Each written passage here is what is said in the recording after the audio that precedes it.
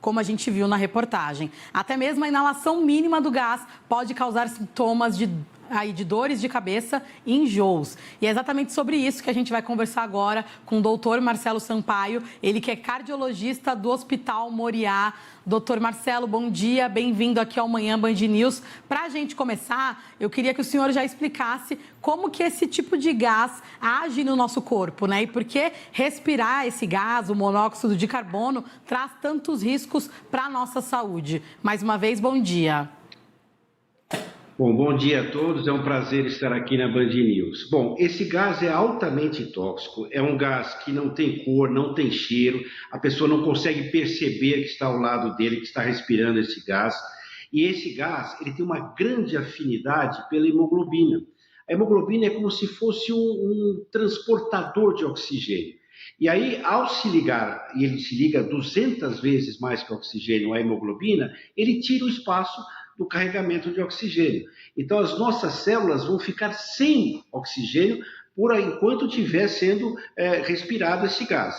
Esse gás entra, forma um complexo com a hemoglobina, que é bastante estável, chamada carboxihemoglobina, e os tecidos vão ficando sem oxigênio, e com isso vão desencadeando uma cascata de reações, e se a pessoa persistir no ambiente, continuar respirando, infelizmente vai levar à morte. Certo, doutor. E quais são aí os principais sintomas da intoxicação por esse gás? Não só para a nossa audiência pensar se está sendo intoxicado, ou até para poder analisar se alguém ali perto está tendo esse tipo de intoxicação também. Olha, os sintomas vão depender de duas variáveis: o tempo de exposição e a concentração do gás. E eu diria uma terceira, que seria se o ambiente está totalmente fechado ou se está parcialmente ventilado. Os sintomas começam sempre com dor de cabeça, com náuseas, vômitos, com mal-estar geral. A pessoa acha que, inclusive, está tendo um início de uma gripe. Aliás, isso é muito interessante, porque em situações de grupo, quando todos acham que estão sentindo o início de uma gripe, em geral, precisa pesquisar se está tendo algum vazamento de gás. Os sintomas são muito rápidos, eles começam muito rápido. Se a pessoa persistir ou a concentração aumentar de gás, ela vai começar a ter lesões, tanto para o lado cardiológico, podem ter arritmias, taquicardia, palpitações, quanto para o lado cerebral, podendo ter convulsões, tonturas fortes. A pessoa entra num estado de sonolência, torpor e depois coma. E se persistir nesse ambiente aí, com o coração lesado, com o cérebro lesado, os órgãos sem oxigênio, ela chega à morte rapidamente. Certo, doutor. E os sintomas também podem ser confundidos aí com uma intoxicação alimentar, que talvez foi o que aconteceu no caso desses 4 jovens, né? Porque ali no relato da outra amiga que estava aguardando por eles, ela comentou que eles já estavam passando mal e comentaram aí que haviam comido um cachorro quente, estavam achando possivelmente que a causa era o alimento. Exatamente, como a pessoa se sente mal, com dor de cabeça, com náusea, com vômito, às vezes pode ter alguma dor abdominal ou dor no peito, então isso pode confundir sim com uma intoxicação alimentar. Mas, analisando esse caso em particular, também pode ser que eles tenham comido alguma coisa que não estivesse bem condicionado e passaram mal, por isso eles ficaram no carro. Quer dizer, eles permaneceram no carro lá, ligaram o ar-condicionado para que pudessem se sentir um pouquinho melhor, e talvez o fato de eles estarem passando mal fez com que realmente eles permanecessem nesse ambiente confinado, e aí o gás entrou dentro do veículo e eles acabaram inalando o gás numa concentração grande, porque os vidros estavam fechados. Então não tinha como realmente ventilar o carro, e aí realmente a pessoa passa mal. Certo, doutor. E nesse caso aí, que ainda está sendo investigado, a questão se eles já estavam com uma intoxicação alimentar e aí teve a questão de inalar o gás também. Nesse caso, se foi isso de fato, se eles já estavam com uma intoxicação alimentar, tudo isso agravou ainda mais o quadro deles? Com certeza, né? Isso só fez com que eles não tivessem muita reação, né? Os reflexos não estavam todos ativos e não teve ninguém que, olha, então eu vou sair, vou procurar um atendimento médico. A inalação por monóxido de carbono faz a pessoa se sentir fraca, sonolenta, o raciocínio ele é afetado. Por isso que talvez as pessoas ali dentro do carro não tiveram nenhuma iniciativa de saírem, procurarem atendimento médico, procurarem um hospital, um pronto-socorro, justamente porque eles já estavam talvez vitimados pela inalação do gás, que fez alterar o nível de consciência. Certamente isso prejudicou, porque eram jovens, saudáveis, eles realmente provavelmente não tinham doença nenhuma, então eles já estavam vitimados com o nível de consciência dele provavelmente alterado para não buscar esse atendimento médico. Certo, doutor. E o que fazer, então, quando sentir esses sintomas ou presenciar alguém que possivelmente esteja com esses sintomas que a gente comentou? Porque a gente sabe que não é só no caso, por exemplo, do ar-condicionado, tem, às vezes, lareira também. Em outros casos, também é possível acontecer a inalação por esse gás, né?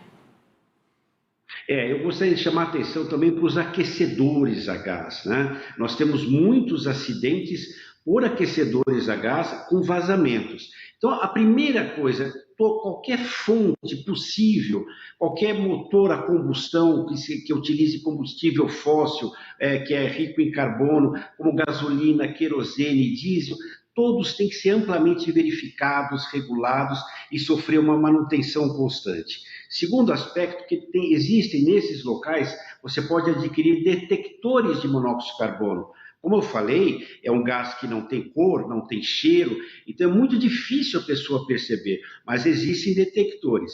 A primeira medida, na medida exata que você soube que está acontecendo um vazamento, ou alguém imaginou que pode estar acontecendo isso, é afastar a pessoa desse local, ventilar e fornecer oxigênio. Porque é justamente o fornecimento de oxigênio que combate aquela cascata ruim de efeitos, porque o monóxido de carbono se ligou na hemoglobina e aí você tem que fornecer oxigênio para os tecidos e levar a pessoa o mais rápido possível para um hospital para que ele possa ter atendimento médico de qualidade.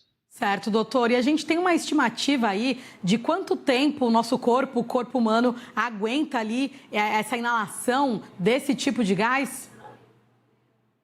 Olha, existe a estimativa sim, e ela é baseada no ambiente. Se o ambiente está totalmente fechado e se você está inalando uma alta concentração, a morte acontece em menos de 5 minutos. Mas, se o ambiente é maior, existe algum grau de ventilação e essa concentração de monóxido de carbono não é tão alta assim, em geral você começa a passar mal e pode durar até 4 horas passando mal até que você vai ter, se continuar nesse ambiente, você vai ter um desfecho fatal. Tudo vai estar na dependência do nível de concentração do monóxido de carbono que é despejado no ambiente e da ausência ou não de ventilação. Certo, doutor. E quando essa inalação desse gás não é fatal, ela pode deixar aí sequelas para quem inalou? Perfeito, essa pergunta é muito boa, porque pode sim. Existem muitos sobreviventes de inalação com monóxido de carbono que ficaram com sequelas neurológicas, como perda de memória, dificuldade de movimentação de membros, como dificuldades de reconhecimento de fatos e antecedentes passados, como também raciocínio.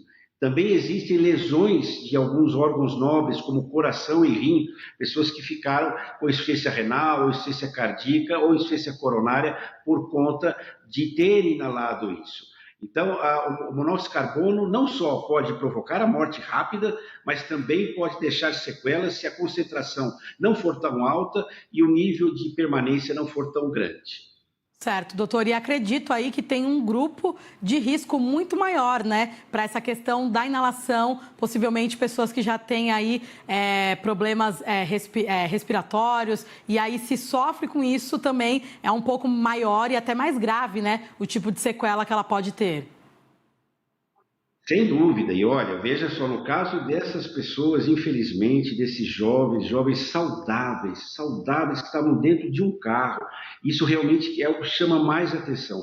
Você imagina pessoas de uma certa idade, pessoas que já tomam remédios, pessoas que têm alguns outros problemas de saúde no fígado, no rim, problemas de antecedentes de infarto, de AVC, essas pessoas estão muito mais expostas a terem lesões muito mais graves.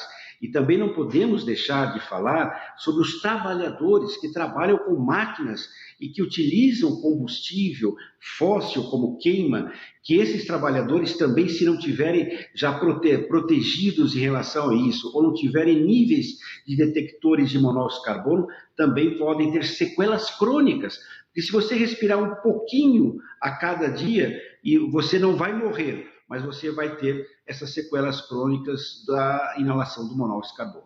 Certo, interessante o doutor trazer esse ponto em relação a quem trabalha ali mais exposto, né, a esse tipo de gás, porque a gente sabe que existe todo aí um equipamento de segurança do trabalho que é fundamental que seja usado de fato, mas aí para esse grupo, existe uma prevenção que pode ser feita ou só o uso do equipamento mesmo?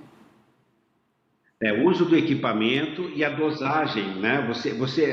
O diagnóstico da inalação de monóxido de carbono, ele pode ser feito pelo sangue. Você vai dosar aquela ligação do monóxido de carbono com a hemoglobina, chamada carboxiemoglobina.